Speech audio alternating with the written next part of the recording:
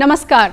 DD Rajasthan के इस विशेष कार्यक्रम में आप सभी का स्वागत है। सबसे पहले आप सभी को अंतर्राष्ट्रीय योग दिवस की हार्दिक शुभकामनाएं। गीता जी के अध्याय 2 के 48वें श्लोक में कहा गया है, समत्वम योग उच्यते, यानी जीवन की सम विषम परिस्थितियों में संयमित रहते हुए समान भाव रखना ही योग है। अध्याय 2 में ही ये भी कहा गया है कि योगः कर्मसु कौशलम, अपने कर्म को कुशलता पूर्वक करना ही योग है। इसका मतलब ये है कि हमारे यहाँ, हमारी प्राचीन संस्कृति में, हमारे यहाँ के धर्म और दर्शन में योग का हमेशा से एक बहुत महत्वपूर्ण स्थान रहा है। और आज के इस बदलते दौर में तो पूरी दुनिया योग के महत्व को समझ चुकी है। पूरी दुनिया को भारत ने योग दिवस के रूप में एक अमूल्य भेंट दी है।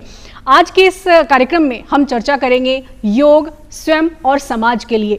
इस वर्ष हम 10वां अंतर्राष्ट्रीय योग दिवस मना रहे हैं, जिसकी ये थीम निर्धारित की गई है। और इस थीम का उद्देश्य भी यही है कि समाज में प्रत्येक व्यक्ति और समुदाय स्वस्थ रहे, शारीरिक और मानसिक रूप से मजबूत बने रहे और एक स्वस्थ समाज हमारे भारत का हो।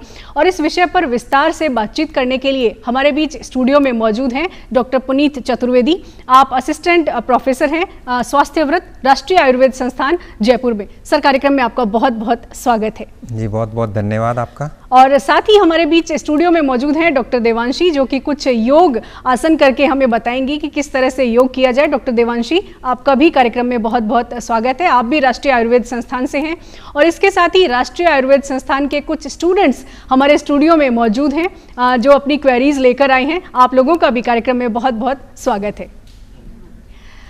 स्वयं के लिए योग और समाज के लिए ये कितना महत्वपूर्ण है, इस विषय पर हम बातचीत करना चाहेंगे। सबसे पहले तो इसी थीम पर डॉक्टर पुनीत हम बात करेंगे कि स्वयं के लिए और समाज के लिए योग कितना महत्वपूर्ण है। देखिए, इस बार की जो थीम है वो कितनी इम्पोर्टेंट है, yoga for self and society. आप देखिए, योग जो है वो कभी भी सेल्फ के लिए नहीं होता, स्वयं की भावना को दूर करना ही योग है। वो स्वार्थ के लिए कैसे हो सकता है जी। इसीलिए उसकी जो थीम है वो सेल्फ एंड सोसाइटी के लिए। और आप देखिए, ज़्यादातर व्यक्तियों में ये होता है कि मैं, मेरा, तुम्हारा, ये सारी चीज़ें, और मैं की भावना को दूर करना। आप देखिए, अक्सर हम लोगों को ऐसा लगता है कि we can change the world, we can change the society, लेकिन वी और आई का इम्पैक्ट जहाँ पे आ रहा है और सेव का इम्पैक्ट जहाँ आ रहा है, तो सेव और शिवा, आप देखिए दोनों में अहंकार है। तो हमको सेव से और शिवा से, दोनों से दूर रहने की ज़रूरत है। और उसमें आप देखिए, योग जो बताया गया है कि इस बार हम 10वें अंतर्राष्ट्रीय योग दिवस की ओर पहुँच चुके हैं। और हर साल आप देखिए, योग दिवस जो है और बिगर होता जा रहा है जी। लेकिन getting bigger is not important, getting deeper is more important. तो योग के साथ साथ जरूरी है हम अपने आप को इंट्रोस्पेक्ट करें और उस चीज़ को पहचानें भी। आप देखिए, योग जो है वो विज्ञान भी है और आध्यात्म भी है। यही एक संसार में एक ऐसी विधा है जो विज्ञान और आध्यात्म दोनों का मिक्सचर जो है। और आप देखिए, योग को तो पिछले 10 वर्ष से हम लोगों ने सार्वजनिक मंचों पर मनाना शुरू किया है, लेकिन हमारी संस्कृति, विरासत, इतिहास, इसका जो संबंध है कई शताब्दियों और कई वर्षों से इसके साथ है। तो इसलिए yoga for self and society जो हमारी थीम है इस बार की, वो काफ़ी एप्ट है और काफ़ी उपयुक्त भी है। जी जी। इस थीम के तहत अगर हम बात करें तो इसका उद्देश्य भी यही है कि शारीरिक और मानसिक रूप से एक व्यक्ति स्वयं भी स्वस्थ रहे और समाज के लिए भी वो अपना योगदान दे। और अगर व्यक्ति स्वस्थ होगा तो डेफिनेटली समुदाय अपने आप स्वस्थ होगा। तो एक व्यक्ति के जीवन में योग किस तरह से शामिल होना चाहिए ताकि वो स्वस्थ खुद भी रह सके और समुदाय में अपना अहम योगदान भी दे सके। देखिए, योग का जो तात्पर्य है वो अक्सर हम लोग सिर्फ यही समझते हैं कि हम आसन कर रहे हैं, प्राणायाम कर रहे हैं, मेडिटेशन कर रहे हैं। लेकिन आप देखिए, योग जो है जब बाल्यावस्था से जब हमारी श्वास प्रश्वास की प्रक्रिया चालू होती है, तब से योग का प्रारंभ हो जाता है। और जीवन पर्यंत, जब तक हम मृत्यु तक हमारी श्वास प्रश्वास की प्रक्रिया चल रही है, तब तक योग हम लोग करते रहते हैं। लेकिन योग का तात्पर्य हम सब ब्रीथिंग प्रैक्टिसेज, आसन, मेडिटेशन, सिर्फ इन चीज़ों से ना समझें। अष्टांग योग में यम, नियम, हमारे आहार विहार और आचरण का भी काफ़ी उद्देश्य है कि क्या चीज़ें हमको करनी चाहिए, क्या चीज़ें नहीं करनी चाहिए।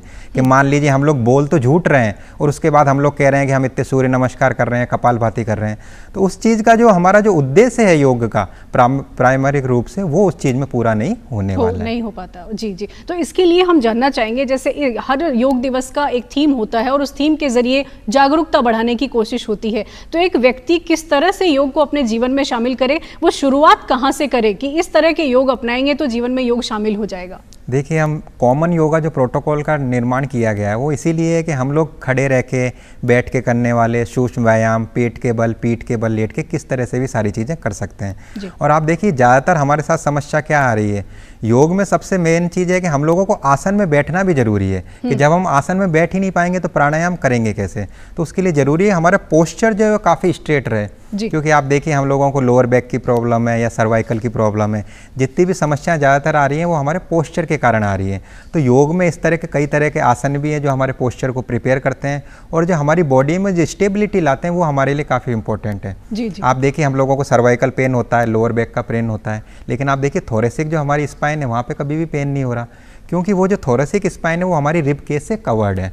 सर्वाइकल और लंबर इन दोनों चीज़ों पे हमारे पास कवरनेस नहीं है। तो इसके लिए ज़रूरी है कि हम सर्वाइकल के लिए आसन करें। लोअर बैक में आप प्रोटेक्ट करने के लिए देखिए हमारे कोर की जो मसल्स है उनको हम लोगों को प्रोटेक्ट करना चाहिए। और आप देखिए हम लोग बैठे भी अभी तो हमारी कोर की मसल्स बिल्कुल लूज है, कोर बिल्कुल प्रोटेक्टेड नहीं है। और जब कोर प्रोटेक्टेड नहीं होगी तो हमारे जो लोअर बैक है उसके ऊपर प्रेशर आने ही वाला है। जी जी जी, बहुत अहम बात आपने कही कि योग अगर कर रहे हैं हम और इसके अलावा अगर पोस्चर हमारे गड़बड़ हैं तो फिर योग का उतना महत्व नहीं रह जाएगा हमारे जीवन में। सबसे पहले हमें पोस्चर सुधारना होगा। हम कुछ जैसे योग करते भी हैं तो कई बार गलत तरीके से भी योग कर लेते हैं या उसको गलत तरीके से सीख लेते हैं और वो करते रहते हैं। तो योग करने का सही तरीका क्या होगा ये भी मैं आपसे जानना चाहूंगी। देखिए ज़्यादातर लोग हम देखेंगे आजकल सब लोग डीजे हैं। अब डीजे का मतलब डिस्को जॉकी नहीं है, वो हम आरजे डीजे जो हम आपके प्रसार भारती की बातों में बात करें, डीजे आरजे वीजे, तो वो डिस्को जॉकी नहीं रहा। आजकल हम लोग डेस्क जॉकी हो गए हैं कि डेस्क पे बैठ के हम लोग कंप्यूटर पे सारा दिन काम कर रहे हैं, लैपटॉप या मोबाइल कोई भी चीज़ से उपयोग कर रहे हैं। तो उनकी वजह से आप देखिए पहले जो अर्थराइटिस की समस्या आ रही थी वो हमारे नी में, एल्बो के जॉइंट्स में ज़्यादा आ रही थी, अब धीरे धीरे हमारे फिंगर्स के जॉइंट्स में भी आने वाली है। तो आप देखिए कितनी बड़ी ये समस्या हमारे बीच में होने वाली है। और पोस्चर के लिए आप देखिए सबसे अच्छा जो आसन है वो ताड़ासन। जो ताड़ासन या वृक्षासन का जब अभ्यास करेंगे तो देखिए सबसे पहले ताड़ासन के अभ्यास के लिए हम लोग ध्यान रखें हमारे ईयर लोब, शोल्डर, जो हिप्स के जॉइंट हैं वो सम स्थिति में एक ही अलाइनमेंट में रहें। जी जी, आप देखिए ताड़ासन में दोनों हाथों को हम आगे की ओर लाएं, उंगलियों को इंटरलॉक करें, हथेलियों का रुख बाहर की ओर करें और धीरे धीरे श्वास को लेते हुए इनहेल करते हुए पंजों को ऊपर की ओर ले जाएं और स्पाइनल कॉर्ड को इलोंगेट करने का अभ्यास करें। पूरा हम लोग कोशिश करें कि पंजों के बल पे स्ट्रेट बैलेंस करने की कोशिश करें। फिर धीरे धीरे एक्सहेल करते हुए वापस हम न्यूट्रल पोजीशन और सम स्थिति में आ सकते हैं। जी जी, तो यहाँ से योगा के आसन की शुरुआत कर सकते हैं हम। जी, ताड़ासन में खड़े रह के जो करने वाले आसन है उनमें सबसे पहले जो हम लोग आसन का अभ्यास कर रहे हैं वो ताड़ासन का ही अभ्यास है। और इसमें देखिए हमारा पोस्चर भी इस चीज से इंप्रूव होता है। जी जी, ज्यादातर लोग इसमें गलती क्या करते हैं, ताड़ासन का जब अभ्यास कर रहे हैं तो हमारे पंजों के बल के ऊपर वो बैलेंस नहीं बना पाते। बिल्कुल। आप देखिए जैसे जैसे हम सीनियर सिटीजन बनते हैं हमारे ब्रेन का, बॉडी का कोऑर्डिनेशन नहीं हो पाता, हम लोगों का बैलेंस नहीं बन पाता। और जो कोई छोटे बच्चे हैं उनको लंबाई बढ़ाने के लिए भी हम लोग ताड़ासन का अभ्यास करा रहे हैं, क्योंकि इसमें इलोंगेशन ऑफ स्पाइन हो रहा है, स्पाइनल कॉर्ड का इलोंगेशन हो रहा है, तो वो हमारी लंबाई बढ़ाने के लिए भी जरूरी है। आप देखिए बैलेंस हम जब भी बना पाएंगे जब सामने एक बिंदु पे हमारा ध्यान केंद्रित रहेगा। आप देखिए कुछ लोग जब ताड़ासन का अभ्यास करते हैं वो इधर से उधर देखते हैं, पास वाले व्यक्ति को देख रहे हैं और उनका बैलेंस बिगड़ जाता है। उसके लिए जरूरी है सामने हम एक फोकल पॉइंट रखें, उसके ऊपर ध्यान करके अपने बैलेंस को बनाएं। तो जो बच्चे मेमोरी वीक है, जो लोग कंसंट्रेशन नहीं बढ़ाते, उन लोगों के लिए भी ताड़ासन काफी इंपॉर्टेंट है। इसीलिए कहा जाता है कि तन और मन को तारतम्य में रखना ही योग है, तभी आप योगासन जो है वो सही तरह से परफॉर्म कर सकते हैं। बिल्कुल। इसके अलावा जैसे कौन से तरीके ऐसे हैं जो नहीं करने चाहिए योगासन के, क्योंकि कई बार गलत तरीके से भी करते हैं जिसका नुकसान भी होता है सेहत पर, तो कौन से तरीके ऐसे हैं जिनसे नहीं करें? देखिए इसमें खड़े रह के करने वाले आसन में देखेंगे ताड़ासन के साथ साथ एक हम वृक्षासन का भी उपयोग करते हैं। वृक्षासन में आप देखिए उसमें क्या होता है, जैसे हम दोनों पाँव से करेंगे तो लेफ्ट पाँव को पूरी तरह से बैलेंस बनाएंगे और राइट पाँव को एक्सहेल करते हुए अपने पेरिनियम या इंग्विनल रीजन तक थाइज के पास लाने की कोशिश करेंगे। जब यहाँ पे बैलेंस बन जाए तब हम नमस्कार की मुद्रा में जाएंगे, दोनों हाथों को इनहेल करते हुए ऊपर नमस्कार की मुद्रा में जाएंगे। तो ये हमारा वृक्षासन के, लेकिन देखिए इसमें बैलेंस बनाने की कितनी जरूरत है। और वापस हम एक्सहेल करते हुए वापस न्यूट्रल पोजीशन में आएंगे। देखिए वृक्षासन में कई लोग गलती क्या करते हैं, जब लोग पाँव को ऊपर ले जाते हैं तो आपने देखा डॉक्टर देवांशी जब पाँव को ऊपर ले गई तो उन्होंने थाइज के पाँव पास रखा। कई लोग क्या करते हैं अपने नी के पास पाँव को ले आते हैं, तो इसलिए वो बैलेंस नहीं बनता। और जिन लोगों को नी की पेन की प्रॉब्लम है उनको और चीज बढ़ने वाली है। तो जिन लोगों के साथ ये दिक्कत है कि अपने वो हाइट ऊपर तक नहीं ले जा सकते, तो अपने नी से नीचे काफ रीजन पे वो बैलेंस बना सकते हैं। और जो अपने पेरिनियम रीजन तक ले जा सकते हैं वहां पे ले जाएं। हमारे साथ गलती क्या हो रही है, जिन लोगों को नी पेन है वो नी के ऊपर ही और उस हील से प्रेस कर रहे हैं। और इसमें देखिए जैसे जैसे हम हाथ ऊपर की ओर ले जाएंगे बैलेंस बनाने में हमको और अधिक टाइम लगेगा। तो पहले हम यहीं नीचे ही इसी पोजीशन पर विश्राम की स्थिति में बैलेंस बनाएं, और उसके लिए कोऑर्डिनेशन के लिए मैंने आपको क्या तरीका बताया कि सबसे पहले हमने एक दृष्टि पे बिंदु पे ध्यान केंद्रित रखना है। तो वो चीज जब हम करेंगे तो उसमें तो वो सही तरीका है। बहुत ही अहम बात आपने कही है, जब तक हमारी श्वास और हमारी जो दृष्टि है वो फोकस नहीं होगी तो हम कैसे योगासन कर सकते हैं। जी, बहुत सारी बीमारियों से बचाव अगर चाहिए हमें तो योगासन हम कर सकते हैं। कौन कौन सी ऐसी बीमारियां हैं जिनको योगासन के जरिए हम ठीक कर सकते हैं या उनसे बचे रह सकते हैं? देखिए, योग में हम लोगों को समझना जरूरी है योग किस चीज में मैनेजमेंट है और किस चीज में ट्रीटमेंट है। जी। कई बार हम लोगों को ऐसा लगता है योग सारी बीमारियों में ठीक तो करता है, लेकिन आपको उसकी सीमा परिधि भी समझना जरूरी है। कहाँ हम उसे ट्रीटमेंट के रूप में ले रहे हैं, कहाँ मैनेजमेंट। मान लीजिए किसी का एक्सीडेंट हो गया, कोई हर्निया का, एब्डोमिनल अल्सर का ऑपरेशन करा रहा है, कहीं किसी को बोन की इंजरी हो गई, कहीं और चीज़ है, तो ठीक है, उसके साथ साथ हम पैलिएटिव रूप से, मतलब कोई भी चीज़ है हमारी बॉडी के साथ साथ माइंड के ऊपर भी इफेक्ट कर रही है, तो उसके साथ साथ हम yoga as a adjuvant therapy के रूप में तो हम लोग उपयोग करते हैं। लेकिन अब कई लोगों को ऐसा लगता है कि मेरे को कॉन्स्टिपेशन है तब तो हम उसे आसन बता सकते हैं, लेकिन डायरिया में तो उसको मेडिसिन ही लेनी पड़ेगी। और लोगों के साथ समस्या ये है, उनको हर चीज़ के ऐसे लिए लगता है कि हम हर चीज़ में योगा अभ्यास कर सकते हैं। तो पैलिएटिव, आपको पहले ये चीज़ समझना है कहाँ हम योगा को एज ए ट्रीटमेंट यूज कर रहे हैं और कहाँ उसको मैनेजमेंट के रूप में यूज कर रहे हैं। जब इसका उपयोग करेंगे तब हमारे बेसिकली जो लाइफ स्टाइल से रिलेटेड डिजीज हैं, चाहे डायबिटीज़ है, थायराइड है, बीपी है, विशेष रूप से आप देखिए जो एक ट्रायड बनता है ओबेसिटी का, बीपी का और डायबिटीज का, इन तीनों का मतलब ये तीनों इंटरलिंक हैं। अगर हम लोगों को ओबेसिटी है तो फिर बीपी होने की संभावना है और डायबिटीज होने की संभावना है। ये तीनों इंटरलिंक है। और इनकी जो नॉन एनसीडीजी है, नॉन कम्युनिकेबल डिजीज, इनके लिए सबसे ज्यादा जरूरी योग और प्राणायाम। तो अगर इनके लिए कोई योगासन हो जिसमें बीपी, ओबेसिटी और शुगर है, उससे अगर बचना है तो कोई योगासन है जिसे किया जा सकता है? जी बिल्कुल, आप देखिए लाइफ स्टाइल से रिलेटेड जितनी भी डिजीज है उसमें बेसिकली तो हम लोगों को ध्यान रखना है, अगर किसी को व्यक्ति को और कोई समस्या नहीं तो सूर्य नमस्कार से अपने शुरुआत करें। कि आप देखिए 10 मिनट अगर हम सूर्य नमस्कार कर रहे हैं तो आप 30 मिनट और 40 मिनट की जो वॉकिंग कर रहे हैं उससे ज़्यादा बेनिफिट या फिर कैलोरी कंज्यूम आप लोग कर रहे हैं। और आप देखिए ओबेसिटी में ज़्यादातर हम लोग क्या करते हैं, हम लोग ओबेसिटी में यही चाहते हैं कि हमारी फैट डिजोल्व हो, या मेद धातु आयुर्वेद में, और वो सूर्य नमस्कार में सबसे बेहतर तरीके से हो रही है। जी जी। आप देखिए अगर हम चाहते हैं कि हम लोग और वेट लूज करना चाहते हैं उसमें कपालभाति का भी उपयोग कर सकते हैं। लेकिन कपालभाति में आप लोगों को ध्यान रखना है, गहरी सांस लेते हुए हम लोग पहले पोस्चर को सही करते हुए इनहेल करेंगे और झटके के साथ प्राणवायु बाहर निकालेंगे, और झटके के साथ हर सेकंड में एक पॉइंट में एक्सहेल करेंगे। जी। जब कपालभाति कर रहे हैं तो झटके के साथ प्राणवायु अंदर की ओर जाएगी। इस चीज का, और कपालभाति करते हुए ध्यान रखें हमारे जो शोल्डर है उसका मूवमेंट कभी भी नहीं होगा। ज्यादातर लोग कपालभाति में शोल्डर का मूवमेंट भी करते हैं। हमारा जो एब्डोमेन है उसकी सिर्फ फ्लैपिंग होगी। जब हम एक्सहेल कर रहे हैं तो एब्डोमेन पूरी रूप से अंदर की ओर आएगा। बिल्कुल डॉक्टर साहब, इसमें एक चीज ये भी जानना चाहूंगी कपालभाति में, जैसे अगर किसी के बैक पेन है तो क्या वो बैक पे सपोर्ट ले सकता है कपालभाति? जी बिल्कुल, आपको ध्यान रखना कोई भी आसन प्राणायाम कर रहे हैं तो ज्यादातर पोजीशन में क्या हो रही है, हमारे जो हिप्स के जो मसल्स इतने टाइट हैं हम 15 से 20 मिनट से ज्यादा मैट पे बैठ ही नहीं पाते। तो इन लोगों के लिए जरूरी है जिनकी हिप्स की मसल टाइट है, या तो अपने नीज के नीचे या हिप्स के नीचे कुशन का उपयोग करें, या फिर बैक को भी वॉल का सपोर्ट लेके, क्योंकि आसन का फायदा जब भी होगा जब आप उसको प्रॉपर तरीके से कर पाएंगे। और लेकिन कपालभाति में ध्यान रखें ये शरीर में एनर्जी या हीट डेवलप करता है। तो जिन लोगों को हाई बीपी है, हार्ट की प्रॉब्लम है या फिर एपिलेप्सी है, तो वो इस चीज का अभ्यास सिर्फ डॉक्टर के सुपरविजन में ही करें या कम से कम करें। तो सब ऐसा भी सुनने में आता है कि जिनको हार्ट डिजीज है या ब्लॉकेज है तो उनको कपालभाति करना चाहिए, ब्लॉकेज भी ठीक हो जाते हैं, तो क्या ये भ्रांति है? उस चीज में आपको ये चीज देखना है, हमारा जैसे किसी व्यक्ति का हार्ट का ऑपरेशन हुआ, स्टेंट डला है, तो जो कपालभाति, अनुलोम विलोम, ये सारी चीजें वो प्रिवेंशन पहले के रूप में। अब मान लीजिए कोई व्यक्ति अभी बाईपास सर्जरी करा के आया है और उसको आप कहेंगे कपालभाति, सूर्य नमस्कार करें, वो तो ऐसा ही है कि जैसे कोई थका हुआ घोड़ा है उसको आप चाबुक मार रहे हैं कि वापस से वो दौड़े।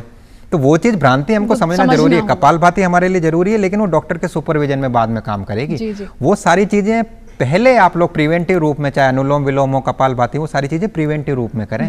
अगर आपको बीपी है या फिर हार्ट की डिजीज है, फिर आप डॉक्टर के सुपरविजन में उस चीज को कपालभाति, क्योंकि ये बॉडी में हीट जनरेट कर रही है।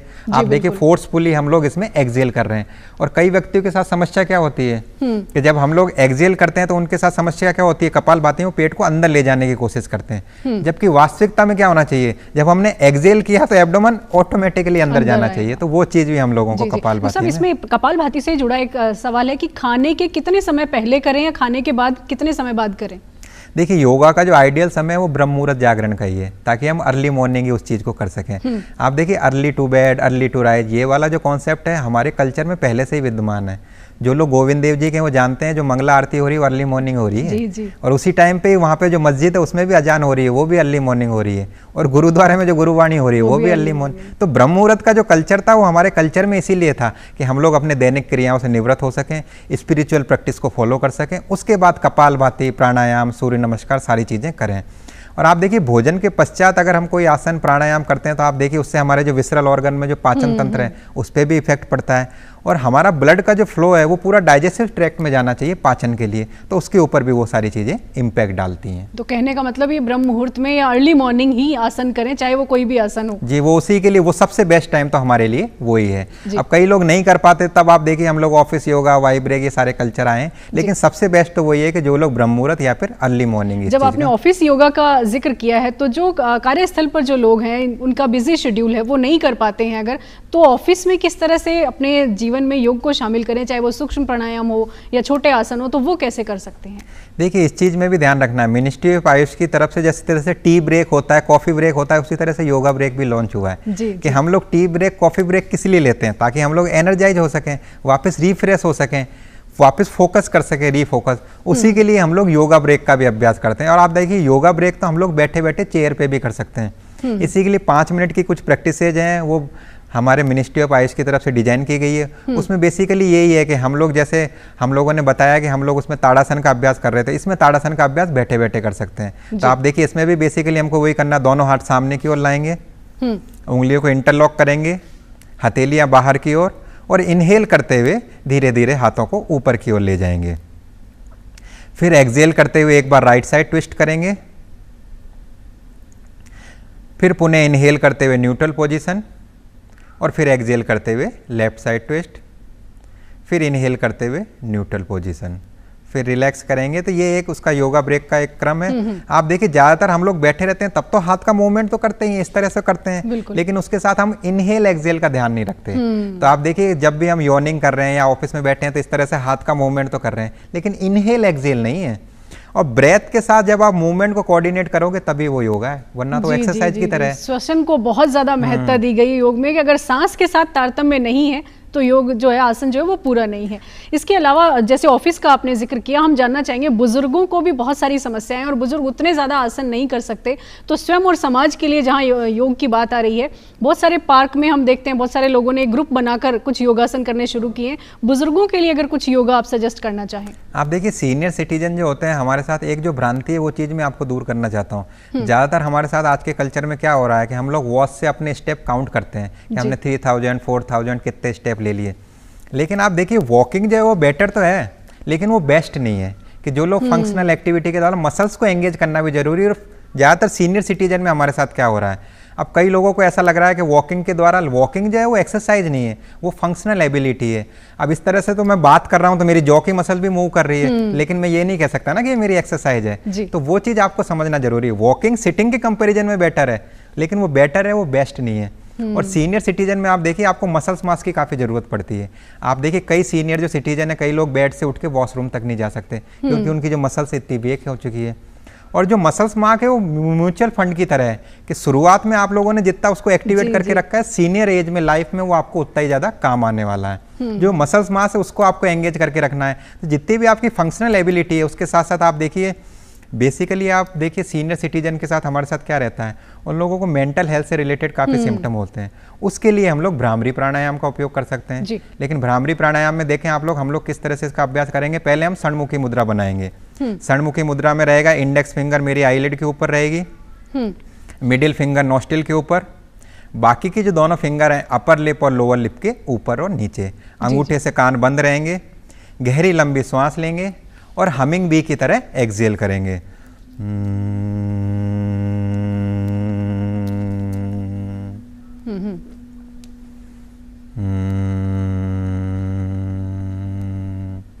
तो ये जो भ्रामरी प्राणायाम है, आप देखिए जिन लोगों को इंसोम्निया, स्ट्रेस, एंजाइटी इसकी शिकायत है, उसके लिए भी हम लोग भ्रामरी प्राणायाम का उपयोग कर रहे हैं। कि आप देखिए जब भ्रामरी प्राणायाम हम लोग करते हैं, ब्रेन में एक तरह से वाइब्रेशन उत्पन्न होते हैं, वो हमारी जितनी भी स्ट्रेस, एंजाइटी है उन सारी चीज़ों में दूर करने का कार्य करते हैं। बहुत ही अहम। हमारे बीच में कुछ स्टूडेंट्स भी बैठे हैं अपनी क्वेरीज लेकर, अगर आप लोगों में से भी कोई पूछना चाहे तो अपना सवाल आप पूछ सकते हैं।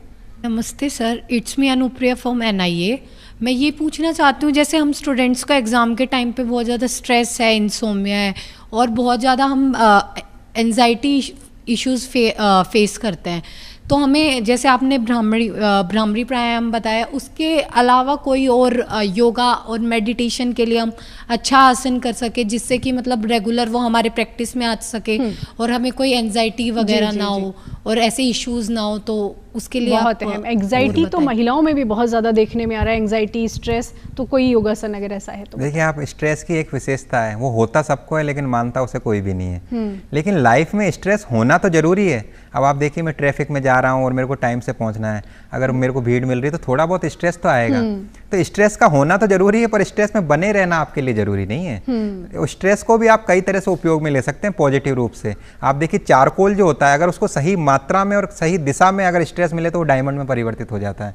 तो इसलिए मेरी लाइफ में स्ट्रेस है वो तो बेटर है, लेकिन स्ट्रेस में वो कंटिन्यू बना रह रहा है तो वो बेटर नहीं है। और स्टूडेंट देखेंगे ज़्यादातर उनको मेडिटेशन या डीप ब्रीदिंग का अभ्यास करना चाहिए, लेकिन मेडिटेशन के साथ भी ये समस्या है। हम लोगों को अक्सर ऐसा लगता है जो मेडिटेशन कर रहा है वो सबसे ज़्यादा दुखी है, और ज़्यादातर यंग पॉपुलेशन के ऐसा लगता है। उनको ऐसा लगता है कि जो सीनियर सिटीजन है वो मेडिटेशन उनके लिए, वो दुखी हैं इसीलिए मेडिटेशन कर रहे हैं। लेकिन वास्तविकता में जो युवा जो है, स्टूडेंट जो, वो जिम को ज़्यादा प्रेफर करते हैं, जिम जाना या फिर फास्ट एक्सरसाइज करना, योगा, मेडिटेशन, प्राणायाम की तरफ वो अपना रुझान नहीं कर पाते। लेकिन जो मेडिटेशन कर रहा है वो सामने वाले व्यक्ति को कैसे बताए कि उसको जिस चीज़ में आनंद जितना आ रहा है उतना किसी भी व्यक्ति को नहीं आ रहा, तो वो चीज़ हमें समझना जरूरी है। और मेडिटेशन के लिए सिर्फ आपको 2 ही टर्म फॉलो करनी है, एक अपनी हार्ट बीट को लिसन करना है और अपनी ब्रेथ को ऑब्जर्व करना है। हम मेडिटेशन के बारे में क्या सोचते हैं कि हम लोग टोस से लेके हेड तक धीरे धीरे ऑब्जर्व करेंगे 30 मिनट 45 मिनट, तो हमारे दिमाग में निर्विचार की स्थिति आ जाएगी, थॉटलेसनेस। लेकिन वास्तविकता में ऐसा कभी भी नहीं होने वाला। जब भी हम मेडिटेशन के लिए बैठते हैं हमारे दिमाग में और ज़्यादा थॉट आते हैं। तो मेडिटेशन का तात्पर्य यही है, हार्ट बीट को लिसन करें, ब्रेथ को ऑब्जर्व करें और जो भी थॉट्स आ रहे हैं उनको एक्सेप्ट करें, देन लेट इट गो। वो वास्तविकता में मेडिटेशन है। निर्विचार की स्थिति आना वो हमारी वैराग्य की स्थिति, वहां तक पहुंचना काफी मुश्किल है। अगर सिर्फ हम लोग डीप ब्रीदिंग के ऊपर ध्यान दें, हार्ट बीट को लिसन करें और जो थॉट्स आ रही हैं उनको एक्सेप्ट करें, देन लेट इट गो, वो ही हमारे लिए सबसे बेस्ट, स्ट्रेस के लिए, एंजाइटी के लिए बहुत अहम। तो स्टूडेंट्स को ये रेगुलर प्रैक्टिस करना चाहिए ताकि वो अपना स्ट्रेस और एंजाइटी जो है वो ओवरकम कर सकें। कौन सी उम्र से योग करना शुरू करें, ये हमें आपसे जानना चाहिए। देखिए, उम्र के बारे में मैंने आपको क्या बताया, बच्चा जब ब्रीदिंग ले रहा है तब से उसका जो योगाभ्यास है, प्राणायाम है, वो चीज़ स्टार्ट हो चुकी है और जीवन से लेकर मृत्यु पर्यंत तक वो रह रही है। और आप देखिए हमारे साथ बच्चों के साथ क्या होता है, आपने ब्रीदिंग पैटर्न कभी उसका नोटिस नहीं किया होगा। जब वो ब्रीथ ले रहा है तो उसका एब्डोमेन पूरी तरह से एक्सपेंड हो रहा है, पूरी तरह से कॉन्ट्रैक्ट हो रहा है।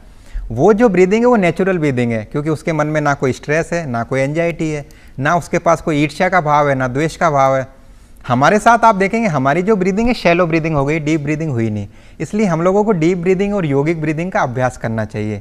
और आप देखिए, जब भी हम लोग स्ट्रेस में रहते हैं या गुस्सा आता है, हम लोगों से यही तो कहा जाता है आप गहरी लंबी सांस लें, डीप ब्रीदिंग का अभ्यास करें।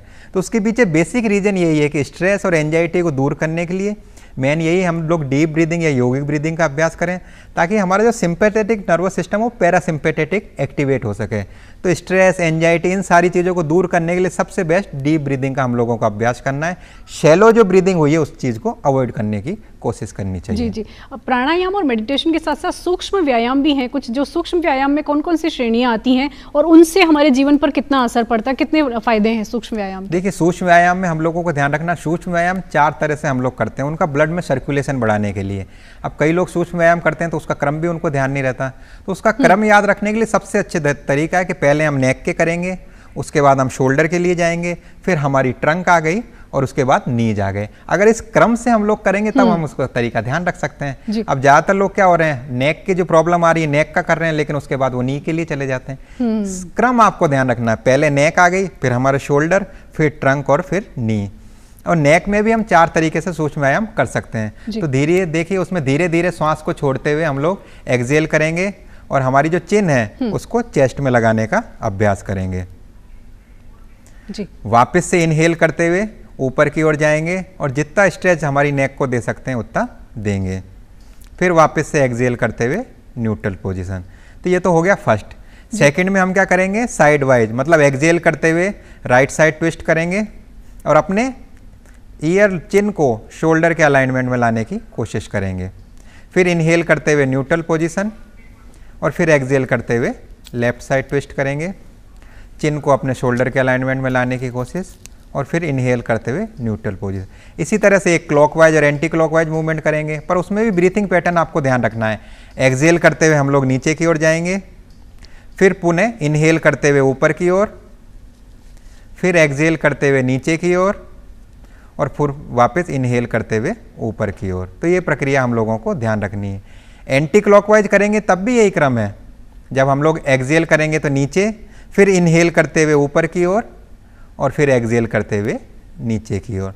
तो मैंने आपको बताया ना, कोई भी प्रक्रिया कर रहे हैं तो ब्रीथिंग के साथ कोऑर्डिनेट करना है, वरना वो जिमिंग में आ जाएगी, एक्सरसाइज योगा में नहीं आएगी। क्योंकि देखिए जिम में क्या हो रहा है, हम बाइसेप्स कर रहे हैं या ट्राइसेप्स कर रहे हैं, मसल्स के ऊपर इफेक्ट आ रहा है, ऑर्गन के ऊपर नहीं आ रहा, क्योंकि ब्रेथ के साथ उसको कोऑर्डिनेट नहीं कर रहे। तो वो चीज़ हम लोग ध्यान रखें, ब्रेथ के साथ जो भी मूवमेंट है उसको कोऑर्डिनेट करें। जी जी, एक और चीज़ जानना चाहेंगे कि योग करना शुरू कर दिया, मान लीजिए किसी व्यक्ति ने थोड़े समय बाद छोड़ा और फिर वापस शुरू किया, तो उसका वो बेनिफिट नहीं मिल पाता है, तो निरंतरता कितनी ज़रूरी है योगासन के लिए? देखिए ज़्यादातर हमारे साथ क्या हो रहा है, योग अभ्यास जो है वो हम लोगों को ऐसा लग रहा है कि सिर्फ वो योग दिवस के लिए ही है कि हम जितने भी कार्यक्रम करें, लेकिन वास्तव में तो योग जो है वो तो जीवन शैली का हमारा क्रम है। और आप देखिए ज़्यादातर परिस्थितियों में क्या होगा कि हम लोग योगा डे पे जाएंगे, वहाँ पे योगा अभ्यास भी करेंगे, लेकिन 70% लोग उस चीज़ को गलत कर रहे हैं कि मतलब जो चीज़ को हम लोगों को फायदा करना चाहिए वो चीज़ उससे नुकसान कर रही है। और बेसिकली जो हम योग कर रहे हैं वो दूसरों को दिखाने के लिए ज़्यादा कर रहे हैं कि सोशल मीडिया पे हम लोग हैशटैग लगा के ट्वीट भी करेंगे कि हम लोगों ने ये आसन किया, वो किया, लेकिन आप देखिए उस चीज़ को आसन हम सही कर रहे हैं कि नहीं कर रहे वो समझना जरूरी है। और वो तभी होगा जब हम उस चीज़ को लाइफ में अपनाएंगे और निरंतर रेगुलर हम योग अभ्यास या प्राणायाम का अभ्यास करेंगे।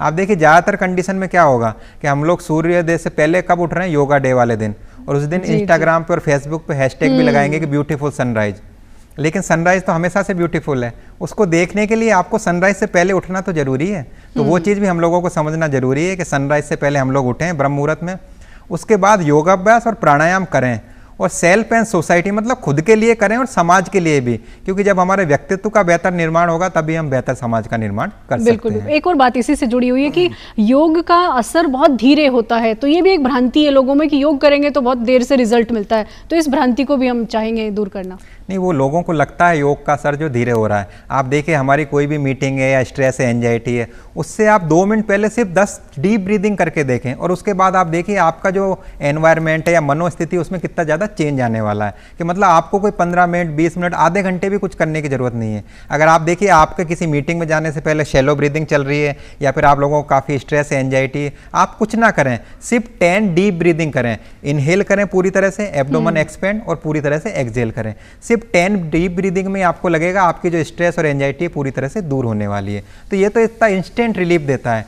और हीलिंग थ्रू ब्रीदिंग का जो कल्चर है वो इसीलिए है कि जब हमारी ब्रीथिंग पैटर्न नॉर्मल होगा तभी उससे द्वारा हमारी बॉडी की हीलिंग होने वाली है। तो अगर आपको इंस्टेंट रिलीफ देखना है तो आप 10 डीप ब्रीदिंग करके देखिए, अपने आप ही आप लोगों को उसमें रिजल्ट दिख जाएगा। बिल्कुल, बहुत ही अहम जानकारियां डॉक्टर पुनीत आप कार्यक्रम में शेयर किया आपने, बहुत ही अहम जानकारियां हमारे दर्शकों को आज मिली जानने को, योग कितना ज़रूरी है हम सब के लिए। और एक जो बात आपने कही, आभासी दुनिया में सिर्फ दिखाने के लिए योग नहीं करें, अपने जीवन को बेहतर करने के लिए योग करें, तभी इसका फायदा होगा। तो आज के कार्यक्रम में हमने जाना कि योग स्वयं और समाज के लिए कितना अहम है। अगर हम खुद स्वस्थ होंगे तो हम एक बेहतर समाज का निर्माण कर सकते हैं, हमारा भी एक बेहतर व्यक्तित्व का निर्माण हो सकता है। तो खुद भी योग करें, निरोग रहें और योग को अपने जीवन का हिस्सा बनाएं, क्योंकि योग सिर्फ दिखाने के लिए नहीं है, ये एक जीवन शैली है। आप लोग जितने भी स्टूडेंट्स कार्यक्रम में आए, आप दोनों का भी बहुत बहुत धन्यवाद। डॉक्टर देवांशी, आपका भी बहुत बहुत धन्यवाद, आपने योगासन करके दिखाए। डॉक्टर पुनीत, एक बार फिर आपका बहुत बहुत धन्यवाद। तो आज का कार्यक्रम बस इतना ही, फिलहाल हमें इजाजत दीजिए, नमस्कार।